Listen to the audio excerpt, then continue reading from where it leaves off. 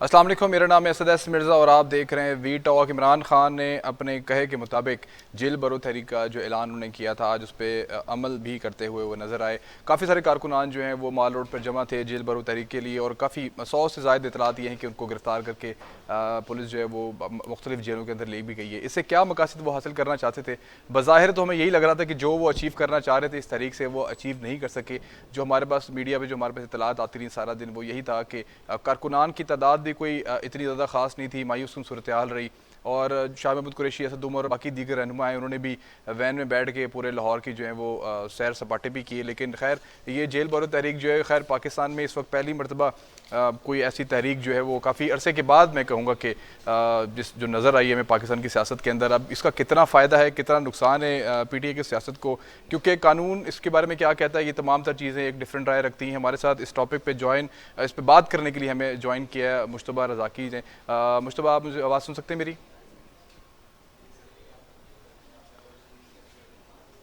हमें मुशतबा रज़ाकी कुछ देर में ज्वाइन करेंगे। उसके बाद हमें अदनान बोदला हैं, वो भावलपुर से हमें ज्वाइन करेंगे इस हवाले से। दैन हमें काफ लीग की पॉलिटिक्स के हवाले से भी हम इस प्रोग्राम के अंदर डिस्कशन करेंगे, और क्या सियासत है काफ लीग की इस वक्त। परवेज़ इलाही जो हैं उन्होंने काफ लीग को खैराबाद कर दिया या उनको काफ लीग से निकाल दिया गया, ये दो मुख्तलिफ बातें हैं। लेकिन कुछ इख्तलात हमारे पास ये आ रही हैं। नवीश शहजाद साहब ने हमें शायद इसमें ज्वाइन कर लिया। नवीश शहजाद हमने हमें मुश्तबा रज़ाकी ने ज्वाइन किया हमें। मुश्तबा, कैसे हैं आप? ठीक ठाक हैं? आप मुझे सुन सकते हैं? आवाज अ, आपकी।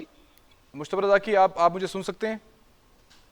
जी जी, आवाज आ रही है आपकी। क्या कहेंगे मुश्तबा, ये जेल बरो तहरीक क्या आपको लगता है कामयाब रही है?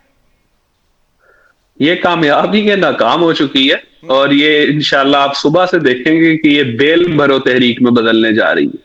ये जो कोई 80-90 लोग गए भी हैं अंदर, इन्होंने सुबह से बेल अप्लाई करनी है सबने। तो ये जल्द जो है बेल भरो तहरीक बनने जा रही है।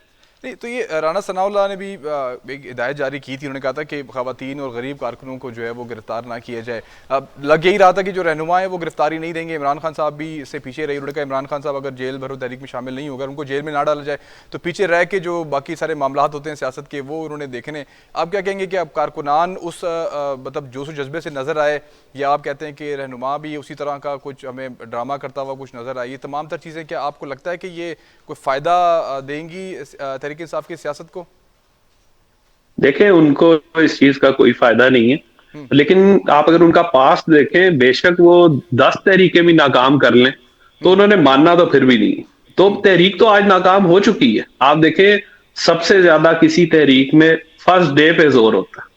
आज पहला दिन था, और पहले दिन ही जो है वो 100 के करीब भी गिरफ्तारियां नहीं। हम्म। तो पीछे रह क्या गया? अगर पहले दिन ही जोर नहीं है, तो आगे तो आप खुद हालात देख लेंगे।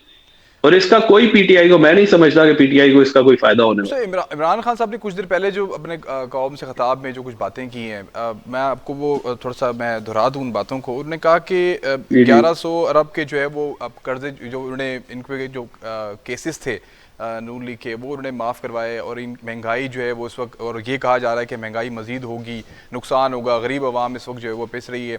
इमरान खान साहब ने तो अपने आप को बरी ज़ुबानी करार दे दिया इन तमाम तर चीज़ों से। वो ये भी कहते हैं कि इस्टेब्लिशमेंट जो है वो इस वक्त PMLN की फुल सपोर्ट में है, और हमें भी और उनकी ग़ुलामी के लिए कह रही है तो पूरी कौम को।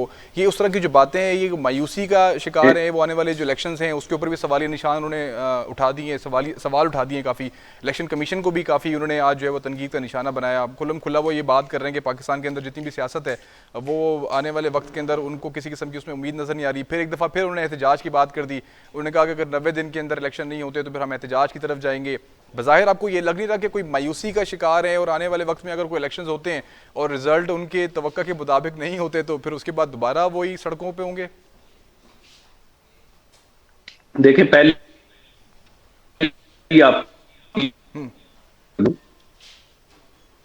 अगर मैं, वो देखें, लोग अब इतने बेवकूफ नहीं है। आप महंगाई हमेशा कैलकुलेट, जो अकलमंद बंदा है वो उसको समझ है कि महंगाई हमेशा परसेंटेजेस में कैलकुलेट होती है। हम्म। ठीक है। खान साहब 80 रुपए वाला पेट्रोल अगर 160 पे लेके गए, और उन्होंने 200 के करीब करीब की समरी रिजेक्ट की, वो भी अपनी हुकूमत जाते हुए देख के, हम्म। तो लोग बेवकूफ तो नहीं है। लोगों को पता है कि भाई ये असल में किसने महंगाई की है। आज पीटीआई इस बात को रोती है जी 20 रुपए इकट्ठा बढ़ गया, 30 रुपए इकट्ठा बढ़ गया। ठीक है, महंगाई है, सब कुछ है, हर बंदा मानता है।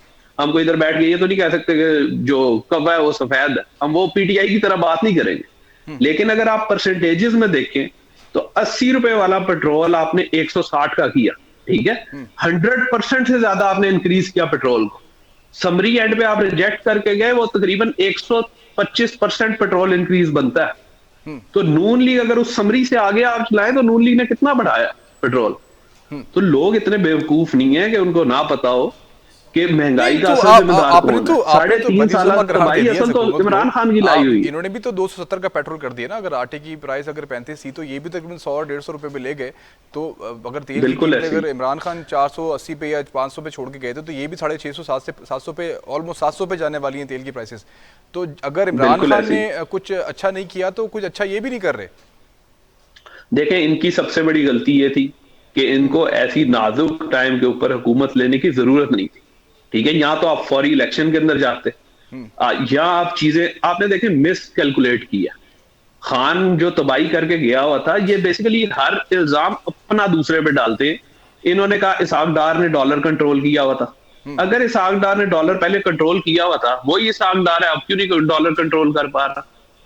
असल चीज है कि मुल्क में इस्तेहकाम था 2017 तक, जब आपने एक इलेक्टेड वजीर आजम को निकाला है। अब मुल्क में इस्तेहकाम नहीं है। 2017 के बाद पाकिस्तान, मेरे ख्याल में आखिरी पाकिस्तान के लिए अच्छा साल 2017 था। तो इस चीज की सारी जिम्मेदार खुद भी एस्टेब्लिशमेंट और उसका लाया हुआ बंदा है। तो ये सर लोग ये ही जिम्मेदार है मिसमैनेजमेंट नहीं है? आप क्या समझते हैं? अगर इसहाक डार इतना उनको अपने ऊपर सर। भरोसा था या वो समझते थे कि मैं आके, उन्होंने बड़े बड़े दावे किए थे आने से पहले कि जादू की छड़ी है, इस तरह की गुफ्तगू उन्होंने की। उन्होंने कहा कि हम डॉलर को भी 200 से नीचे लेके चले जाएंगे। आते ही उन्होंने पेट्रोल की प्राइसेस भी 30 से 35 रुपए उसमें कमी, जो है 250 से दोबारा वो 220 पे पेट्रोल की प्राइसेस लेकर आ गए थे। ये तमाम तर मेजरमेंट्स आप समझते थे कि मिस कैलकुलेशन हुई? अगर उनको पता था कि आने वाले सर, वक्त में उन्होंने IMF के जहन में जाना है और IMF के साथ उन्होंने डील करनी है और प्राइसेस को इंक्रीज करना है, तो अपनी फिर भी मिस आते ही जो कैलकुलेशन उन्होंने की। 30 से 40 रुपए जो है वो रिलीफ दिया कौम को, तो मेरे ख्याल से वो दोबारा अब उसी अगर हम पैरामीटर्स में देखें तो वो ज्यादा मजीद नुकसान बन के नहीं पाकिस्तान की आवाम को भुगतना पड़ रहा। बिल्कुल ऐसे ही, बिल्कुल ऐसे ही, बिल्कुल ऐसे ही है। मैं आपकी बिल्कुल इस बात से इत्तेफाक करता हूँ। इसहाक डार ने भी गलत कैलकुलेशन की, उनको भी उम्मीद नहीं थी। वो पुराना आईएमएफ लेके बैठे हुए थे, जिसना पहले आईएमएफ उनके टोटल दिमाग में वही चीज थी कि आईएमएफ इतनी शर्तों पे इस चीज पे मान जाएगा। लेकिन खान साहब इतनी मैशियत की तबाही कर चुके थे कि आईएमएफ अब एग्री नहीं कर सकता था जब तक आप कोई सॉलिड प्लान ना दें। हमें हमें नवीद शहजाद साहब ने जो है वो ज्वाइन किया है। नवीद शहजाद साहब, आपको मेरी आवाज आ रही है? जी जी असद साहब, आपकी आवाज आ रही है? अच्छा नवीद साहब, ये क्या खबरें हैं काफ लीग की? आपकी बड़ी गहरी नज़र है इसके ऊपर। आप मुझे बड़ी खबरें दिया करते थे कि चौधरी शुजात और परवेज़ लाई के दरमियान हवा तक नहीं निकलती, और आप समझते हैं कि ये इतने दोनों इकट्ठे हैं अपनी अपनी सियासत में और इतने जुड़े हुए हैं दोनों एक दूसरे के साथ, कभी कभी ऐसा मौका नहीं आएगा कि ये दोनों एक दूसरे को धोखा देंगे। ये तो बाकायदा धोखा देने की बात है, ये तो बहुत दूर की निकल गई। वो तो पार्टी को छोड़ के चले गए हैं और बाकायदा उन्होंने PTI ज्वाइन कर लिए। क्या इतलात हैं आपके ऊपर इन तमाम सूरत हाल में? असद साहब, सबसे पहले तो मैं आपको मुबारकबाद पेश करता हूं कि आपने बड़ा अच्छा एक प्रोग्राम एक बड़े प्लेटफॉर्म से शुरू किया है। तो अल्लाह ताला इसी तरह इस चैनल को और आपको कामयाबियों से नवाजता रहे। और खबरें आपके सामने ही हैं, और खबरें ये हैं कि जो आपने कहा ना कि इनके दरमियान से हवा भी नहीं गुजरती, मगर अभी जो एक तूफान PTI से गुजर रहा है ना, जिस चाल के मुताबिक जो चाले चले हैं, काफ लीग की तरफ से चले गए हैं, या डोरियां जो हिलाई जाती हैं हमारे मुल्क की सियासत में, जो कभी भी उन डोरियों से अलावा बंधन नहीं चला।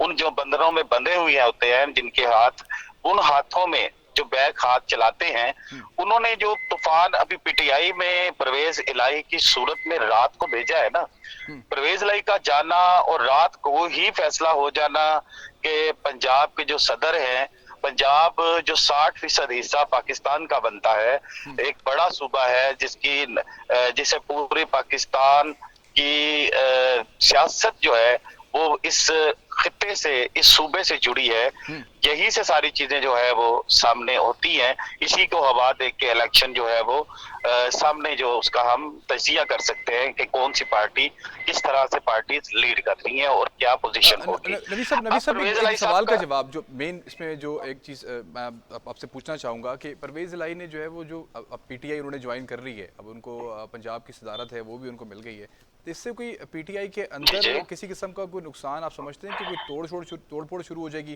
क्योंकि जब टिकटों की बारी जब आएगी तो आपको नहीं लगता कि जो इस वक्त जो एमपीएस परवेज़ इलाही के साथ हैं, अगर तो वो उनको टिकटें नहीं मिलती तो आप क्या समझते हैं कि वो परवेज़ इलाही को भी खैर बात कह सकते हैं?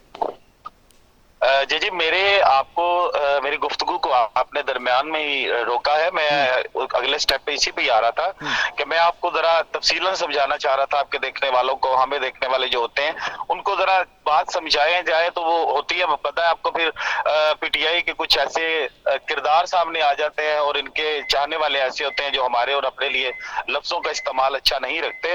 मगर इसलिए मैं समझाता हूँ कि परवेज इलाही का आना जो है वो पीटीआई के लिए बहुत ही गलत फैसला साबित होगा।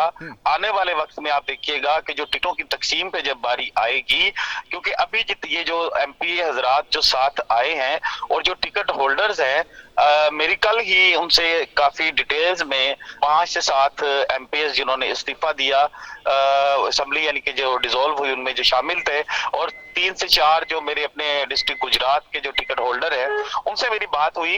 तो उनकी बातों में जो मैं आपको एक मजे की बात बताने जा रहा हूँ, उनका यही था कि अगर हमें यहाँ पर परवेज इलाही साहब ने हमें इस चीज के ऊपर इत्मीनान में लिया है कि पीटीआई के जो टिकट जो है वो हम आपको लेकर देंगे तो आप हमारे साथ रहिएगा।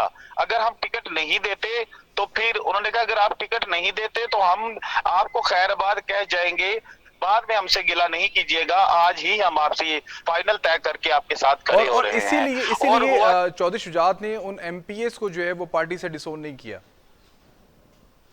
नहीं, शुजात साहब की तरफ से भी बिल्कुल खामोशी रहेगी। मैंने आपको ये कहा है कि ये सारी चीजें जो है मिली भगत के साथ हो रही हैं, ताकि पीटीआई का देखें, अभी पीटीआई का जो आप मुस्तकबिल देख रहे हैं उसमें देखिए जो केसेस हैं, किसी भी एक ऐसे केस का फैसला इमरान खान के अगर खिलाफ आ जाता है, अगर उन्हें किसी भी एक केस में डिस्क्वालीफाई कर दिया जाता है तो फिर उसके बाद पार्टी का क्या बनेगा? दूसरे एंगल पे हम तो आप ये कह रहे हैं कि आप नहीं नवीद साहब एक मिनट, नवीद साहब आप ये कह रहे हैं कि अगर इमरान खान को डिस्क्वालीफाई कर दिया जाता है तो परवेज इलाही टेक ओवर कर लेंगे पीटीआई को?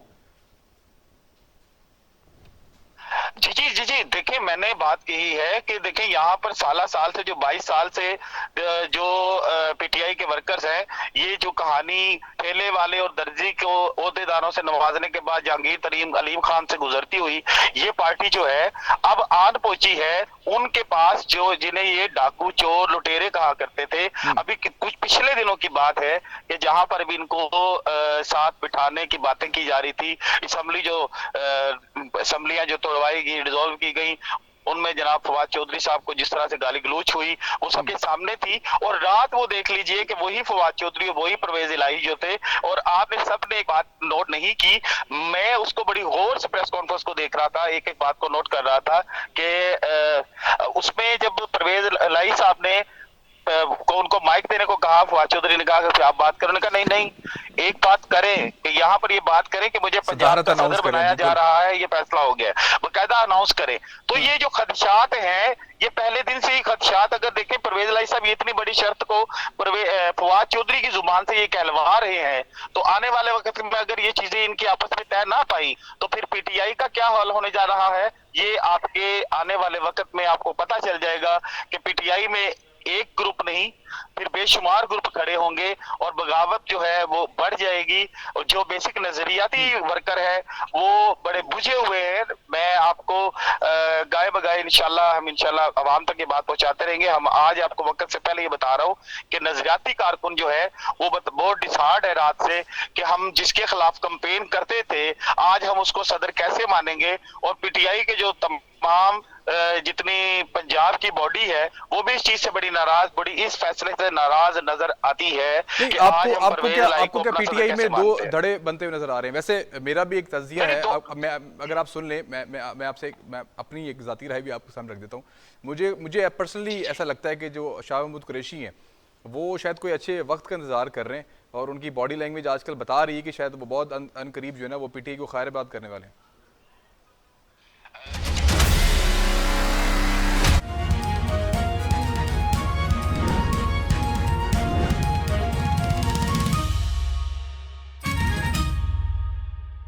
क्या कि जिस तरीके से परवेज इलाही एक दिन में ही पीटीआई को ज्वाइन करते हैं और उसी दिन वो पार्टी की सदारत संभाल लेते हैं, मेरे ख्याल से पीटीआई का वो कारकुन जो ये ख्वाब लेके जो है पीटीआई जिसने ज्वाइन की थी कि मैं भी किसी बड़े ओहदे पे जाके फायज होऊंगा और मैं भी ग्रास रूट लेवल से उठ के पीटीआई के किसी बड़े मनसब पे जाके अपनी जो है पाकिस्तान के लिए खिदमत अंजाम दूंगा, मेरे ख्याल से उसकी सारी उम्मीदों के ऊपर पानी जो है वो ज़रूर फिर गया होगा। मुश्तबा रज़ाकी साहब हमारे साथ मौजूद हैं।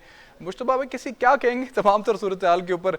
ये पार्टियाँ पाकिस्तान में जितनी भी सारी यही करती हैं, आपके पास बड़ा एक्सपीरियंस है सियासी जो पार्टी हैं उनके हवाले से, उनकी ग्रास रूट लेवल पे क्या किस तरह के इकदाम होते हैं, किस तरह पार्टियां जो है वो लेके चलती हैं अपने कारकुन को, ये तर्ज अमल तमाम तरह सूरत हाल का, या आप समझते हैं कि इमरान खान जो बड़े दावे किया करते थे तो खरबूजे को देख के खरबूजे ने भी रंग पकड़ लिया आखिर?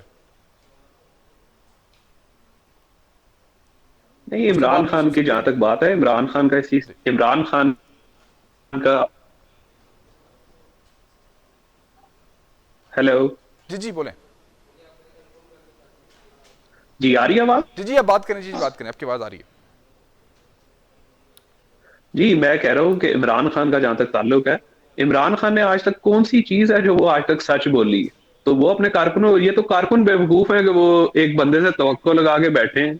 हम तो अरसे से उसको वैसे ही यू टर्न खान कह रहे हैं, तो इसी वजह से कह रहे हैं। उन्होंने आज तक कौन सी ऐसी बात है जो उन्होंने सच्ची की है? और जहां तक बात रहेगी हर पार्टी में, तो आपके सामने मियां साहब का इस चीज में बड़ा अच्छा एक स्टांस था। काफी लीग ने मुशर्रफ के नून लीग में आने का, लेकिन इनको स्पेस नहीं दी गई। सर तो किधर इस हिसाब से नून किधर लीग अच्छे इकदाम है ये? इस चीज में, आपसे तो उम्मीद नहीं थी मेरे ख्याल से। मुशाहिद हुसैन हो गए, ये बाकी जो जमात के लोग हैं जी आपने जी, काफ लीग से और मुशर्रफ के दौर में जिन्होंने पार्टी को जो है वो डिच किया, आपने दोबारा उन लोगों को जमात में ले लिया, सेनेटर बना दिया उनको, नहीं तो लेकिन आप क्या समझते नहीं नहीं नहीं हैं? नहीं, बिल्कुल बिल्कुल आप ठीक बात कर रहे हैं। लेकिन उन लीड करने वाला कौन बंदा था? लीड करने वाले हर बंदे को पता है कि इनको लीड करने वाले चौधरी हैं। तो चौधरियों को, कम से कम चौधरियों की हद तक नून लीग ने स्टांस लिया कि इनको नहीं लिया गया। बाकी खान साहब क्या क्या, खान साहब तो उनको यही कहते रहे कि ये चोर है, ये पंजाब का सबसे बड़ा डाकू है। तो खान साहब से आप कुछ भी एक्सपेक्ट कर सकते हैं। बाकी बिल्कुल पार्टीज के अंदर यही चीज है, सियासत पार्टीज के अंदर बिल्कुल ऐसे चल रही है। आप अपनी जगह ठीक है, लेकिन और नून ये लीग ने कम से कम जेल हेड बरो उनके तहरीक नहीं में भी लिए। आज हमें जी, जो नजरियाती कारकुन था पीटीआई का वही नजर आया। आपको कहीं नजर आए परवेज इलाही साहब जेल बरो तहरीक में? नहीं, वो सिर्फ फोटो सेशन के लिए शायद आपको अगले 2 दिन के अंदर ये भी नजर आ जाए कि मोने सलाई या ये लोग जो है ये फोटो सेशन की हद तक हो सकता है काम करें, और पीछे से इन्होंने बकायदा डील की हुई होगी कि हमें थोड़ी अच्छी जगह पे रखना है। ये बेचारे आम कारकुन इस चीज के खाएंगे। ये सिर्फ बेवकूफ लोगों को बना रहे हैं। अगर ये लोग जाएंगे भी तो इन्होंने अंदर जाके भी फुल प्रोटोकॉल ही लेना है। अंदर जाके भी ये आम बंदा होगा, वो बेल के लिए ख्वार होगा, ठीक है। इनके लिए कुछ भी नहीं है, ये सिर्फ ड्रामेबाजी सारी चल रही। अच्छा, नवीद साहब आप हमारे साथ मौजूद हैं? हाँ नवीद साहब, आप मुझे सुन सकते हैं?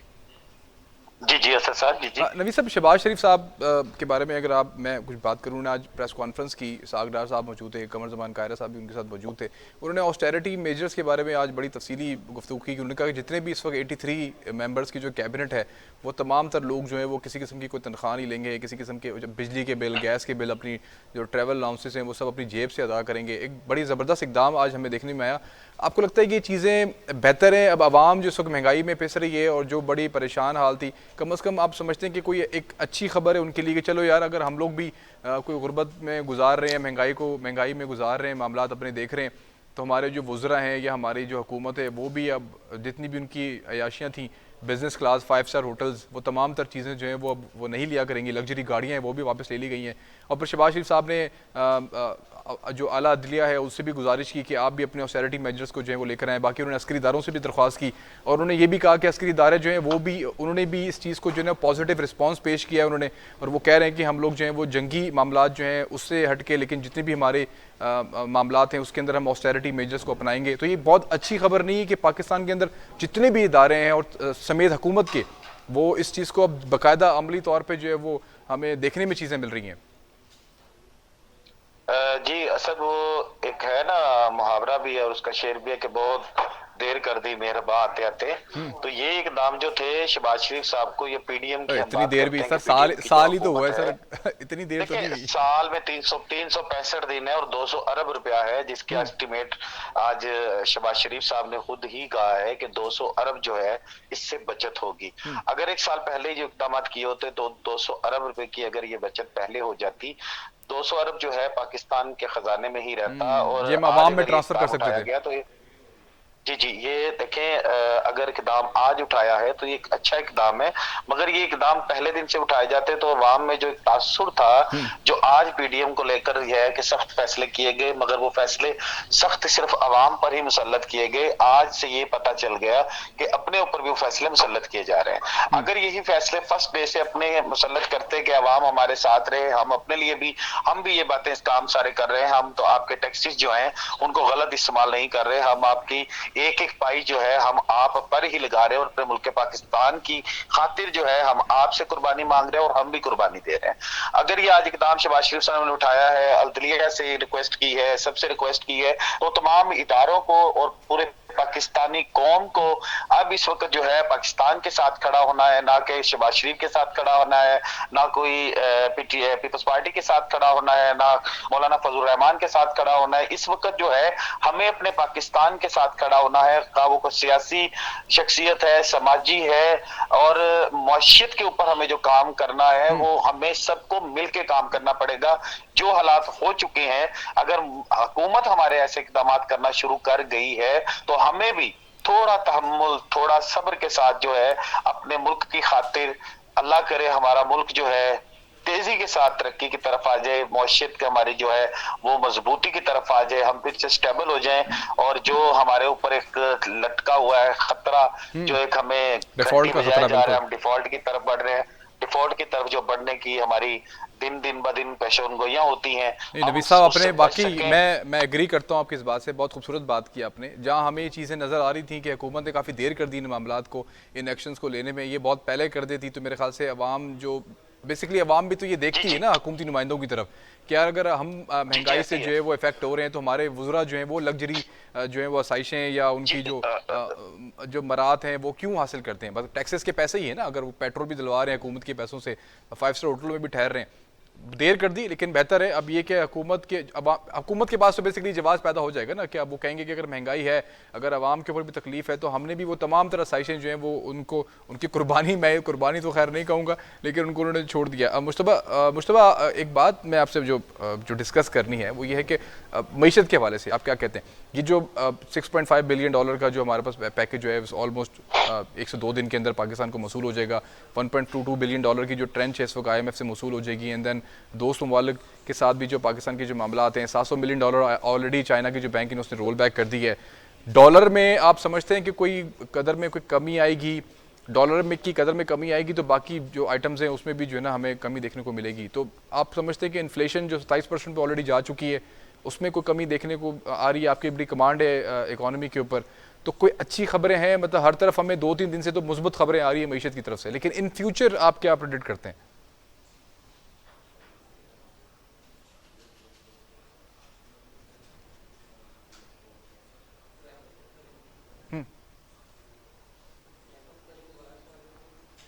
मुश्तबा आपको मेरी आवाज़ आ रही है?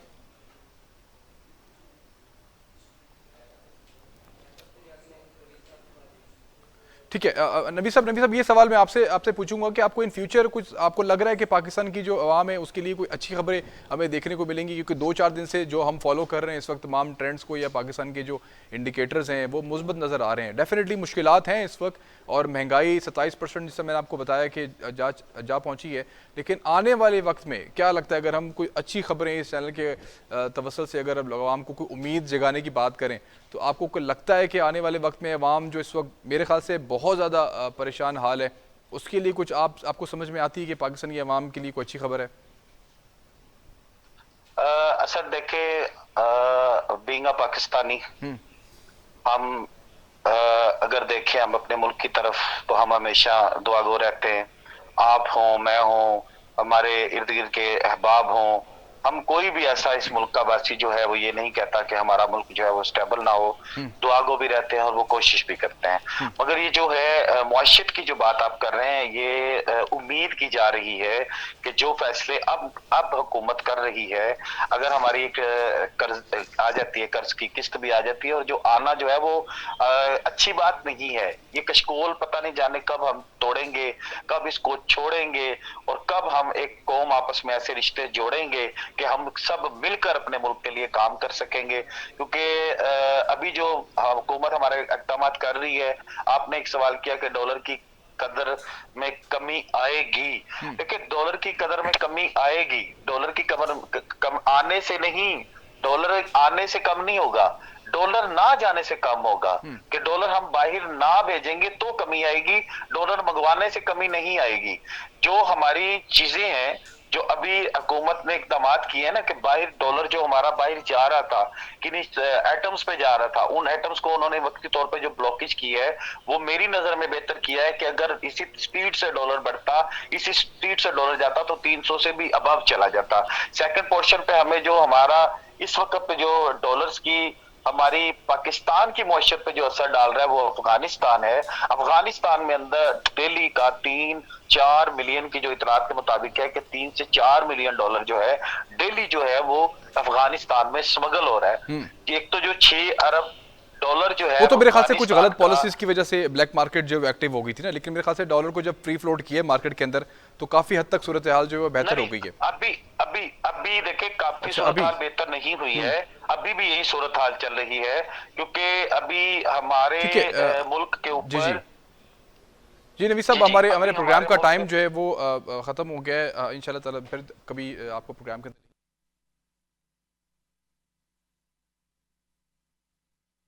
इस तरीके से इसाक डार साहब ने कहा है कि मज़ीद महंगाई होगी, लेकिन आगे आने वाले हालात में जो है पाकिस्तान बेहतर सूरत हाल देखेगा। इसका एक बड़ा एक वाक़या है कि एक शख्स एक नजूमी के पास जाता है और उसको अपना हाथ दिखाता है और उसको कहता है कि यार मैं बहुत गरीब हूँ, बताओ कि कभी मैं अमीर होऊंगा। तो वो कहता है 6 महीने तुम्हारी ज़िंदगी में गुर्बत रहेगी। तो कहता उसके बाद 1 साल तुम्हारी ज़िंदगी में गुर्बत रहेगी। उसने कहा उसके बाद, उसने कहा फिर कम से कम 2 साल तक तुम मुसलसल गरीब रहोगे। कह रहा उसके बाद तुम्हें उसकी आदत पड़ जाएगी। तो मेरे ख्याल से इसाक डार साहब ने अपने दौरे हुकूमत में 65 का पेट्रोल बेचा और आज 272 का जो 272 का पेट्रोल इस वक्त हम लोग जो है वो ख़रीद रहे हैं। तो इसाक डार साहब ने कहा कि 6 महीने में हुकूमत हमारी महंगाई पे काबू पा लेगी, फिर कहा उन्हें साल में हमारी हुकूमत महंगाई पे काबू पा लेगी। तो ऐसा ना हो कि 2 साल बाद वो ये कहें कि पाकिस्तानी अवाम इसी महंगाई में जो है वो जीना सीख ले। मैं तो आपका होस्ट सैयद मिर्ज़ा, देखते रहिए वॉइस न्यूज़।